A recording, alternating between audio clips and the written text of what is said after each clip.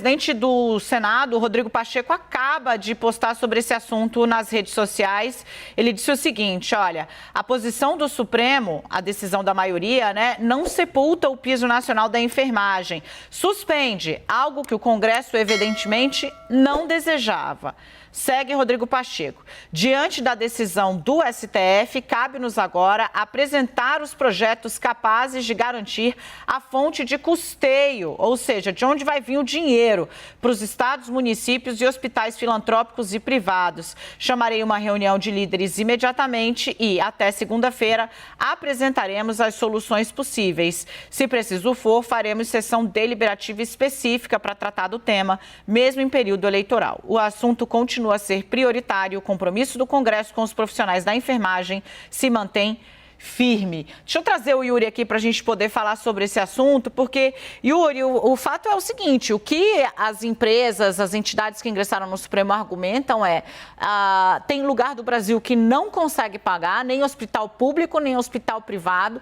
Se implementar agora no supetão, o que vai acontecer é uma onda gigantesca de demissões e serviços podem ser, inclusive, interrompidos. O piso da enfermagem, gente, é de pouco mais de R$4 mil, mas em alguns lugares do Brasil, aparentemente, isso é salário de médico, não de enfermeiro. Ou até maior do que o dos médicos, que é a alegação que, por exemplo, a Confederação Nacional dos Municípios apontou num estudo que foi divulgado há alguns dias atrás. Eles falavam ali em corte de até 25%, quase um quarto de mais de 140 mil profissionais, só os ligados ao Programa Saúde da Família, que é aquele programa que é considerado fundamental, ele é a base do SUS para garantir o atendimento à população nos municípios. E por isso houve essa grita, não só das entidades que representam hospitais filantrópicos, mesmo hospitais privados, mas principalmente dos municípios pequenos que calcularam ali o impacto, pegando o número aqui, mais de 10 bilhões ao ano para os cofres municipais. Muito se falou durante o período da pandemia de que houve reforço no caixa dos estados, mas para os municípios esse reforço de caixa não foi tão expressivo. E daí essa reação que houve. E a grande questão, no fundo, eu lembro que por coincidência eu estava em Brasília numa das votações da aprovação do piso da enfermagem no Senado Federal. Houve uma mobilização muito forte dessa categoria profissional, aproveitando a boa imagem que os profissionais de saúde em geral obtiveram ali, o reforço, são muito meritórios, e principalmente depois da pandemia, mas de fato esse tipo de discussão sobre a fonte de custeio deveria ter ocorrido antes e não depois do estabelecimento do piso nacional.